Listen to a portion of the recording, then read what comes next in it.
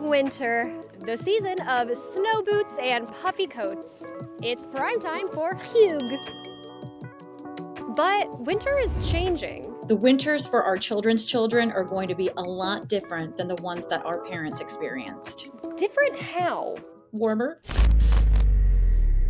Oh, winter is the fastest warming season for many parts of the US. And as it warms, we're seeing snow patterns shift. Northeast cities going almost 2 years without measurable snowfall. A lack of snow in the Mountain West with cascading impacts for water supplies and winter sports. And wonky temperatures that wreak havoc on wildlife and your favorite fruits. In this video, we're going to explore warming winters and how they impact, well, everything. First things first, how do we know that winter is actually warming? If you step outside during one of those polar vortex events, you're probably thinking, there's no way. But that's where you've got to separate weather and climate. You could almost say weather is like news and climate is like history. Weather is what happens on a scale of hours, days, and weeks, whereas climate is all of the weather that occurs at a given location on a scale of years and decades. So even as winters get warmer, you're still going to have cold air. You're still going to have those cold weather days, but changes are overall in the long term that we're looking at. Climate Central looked at average winter temperature data for 240 US locations going all the way back to 1970 and found winter is the fastest warming season of all seasons for nearly 75% of locations across our country. And the fastest of this winter warming is happening in the northern part of the country and at nighttime. Average wintertime temperatures have increased on average across the US by about 3.5 degrees and by more than 5 degrees in parts of the Northeast and Midwest. Burlington, Vermont had the most warming at nearly 8 degrees over that period. 3 degrees, 5 degrees, 8 degrees may not sound like a lot, but it can make a huge difference. And remember, water freezes at 32 degrees Fahrenheit, not 33. So if we raise the temperature just a tad, and generally, we're seeing more precipitation falling as rain instead of snow during the winter, simply because the air is just not cold enough often enough to support snow. That said, when cold air is available, snows can be bigger and heavier due to the direct correlation between climate change and increased heavy precipitation. And if we look at winter warming trends going back to 1970, we still have freezing nights, just about 13 fewer than there used to be. There are still cold snaps, but they're about 6 days shorter. There are still extremely cold days, but even the coldest ones are still about 7 degrees warmer.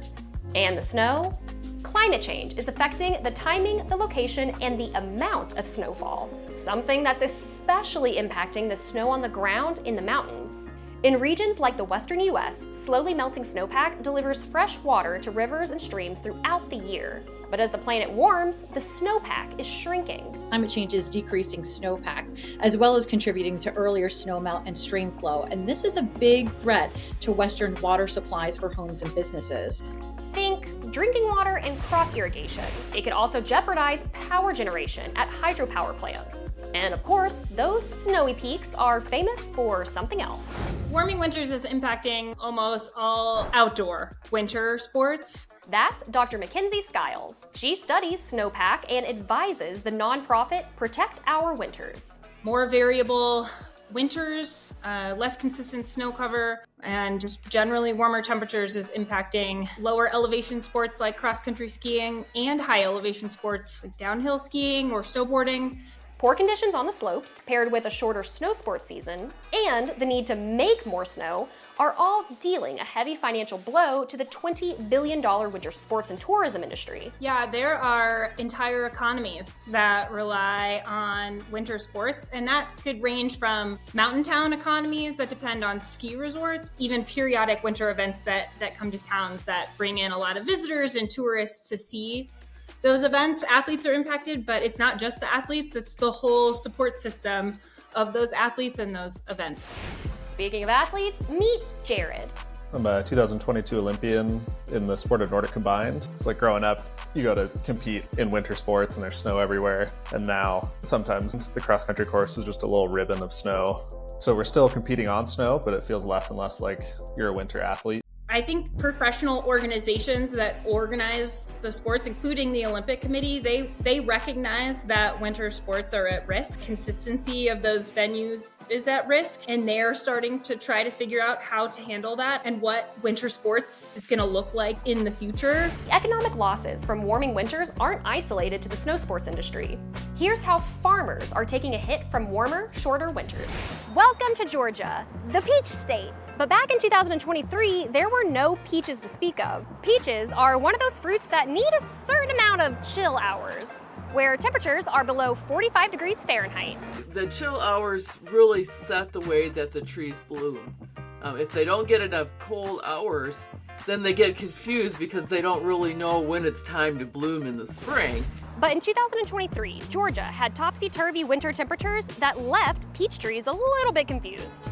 February was one of the warmest ever on record for Georgia. And so the peaches, they had enough chill hours, they were ready to bloom, they saw that warm weather, and they started blooming, in some cases almost a month early. The problem is that we still had frost that occurred in March. In fact, we had 2 different frosts that occurred. Both of them were enough to do some damage to the crops. And once the peaches start blooming, those flowers are quite fragile. And so if they get cold and icy, they turn brown, they drop off, and you don't get any fruit. And the commercial band of peaches, which is in the center part of the state, they lost over 90% of their crop. The loss was so big, a natural disaster declaration was issued for 18 Georgia counties to allow for federal assistance from the USDA. While 2023 was an extreme case, major losses like this are happening a lot more often. In 2017, Georgia lost nearly 80% of its peach crop after a late season freeze. And it's not just peaches. That same freeze impacted blueberries, apples, and strawberries across several southern states. Between the late freezes and warmer winters with fewer chill hours, farmers are having to rethink their long-term strategies, especially with things that take time to grow, like fruit trees. Farmers have to be very adaptable because this is their business. They have to make money off of it. So here in Georgia, we're growing things like olives now and a lot of citrus. Used to be we couldn't grow those because there was too much frost and it was too cold. But as things continue to warm up, those alternative crops are really going to be a source, I think, new income for farmers. And they're looking at that now. Another thing farmers have to deal with as winters get warmer is disease and pests. Without cold weather to kill them off, these things can linger and start affecting crops earlier in the spring. If there's one thing that's actually benefiting from warmer winters, it's the pests. In about 2/3 of the US, mosquito season is now an extra month every year. Another big one are ticks. And the thing with ticks is their range is now spreading further north, but their numbers are also just increasing because they're not getting killed off in the numbers that they used to. I remember a few years reading a story about moose. There was moose that were anemic because they were infested with so many ticks. Besides pests, warmer winters are affecting wildlife in other ways, like migrations. The big issue with these migrations is the timing. So these bird species, they have pretty well-determined routes. And what's happening is that they're flying along these routes, but we're now seeing a timing mismatch where maybe they've left their original location at the time that they always would have left. But then they reach their feeding grounds and their typical food, say for example, horseshoe crab eggs, is not available. And that has huge impacts because these bird species need a lot of energy for these trips that they take.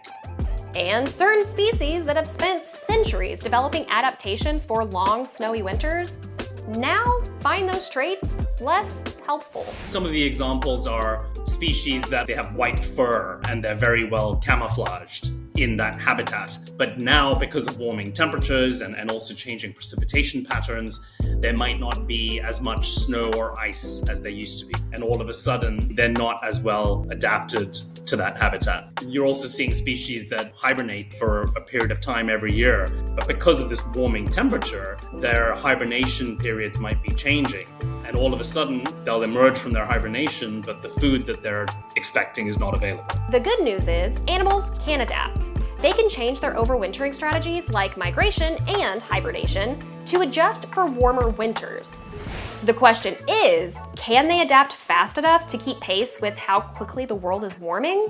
I think there's so many people that live in places where there's winter that can attest to the fact that it just feels different these days. Seasons are shorter, there's less snow, it melts earlier, and that is a change that's obvious over our lifetimes. If we do not swiftly transition to renewable energy as a country and as a society, the winters for our children's children are going to be a lot different than the ones that our parents experience. We're not going to have the traditional season and going out there and grabbing the sled. We're going to see less snowfall. So all of the enjoyment that we get out of our winter time conditions is going to be hampered, but potentially some bigger effects. Let's recap the effects, shall we? Warming winters impact what we eat, disrupting growing conditions, especially for fruits and nuts. They impact our water supply, everything from drinking water to irrigation to even generating hydropower. They impact our health, giving mosquitoes and ticks more time to thrive and even lengthening our allergy season. And they impact what we do in the winter. Less snow for sledding and skiing, and less ice for ice fishing.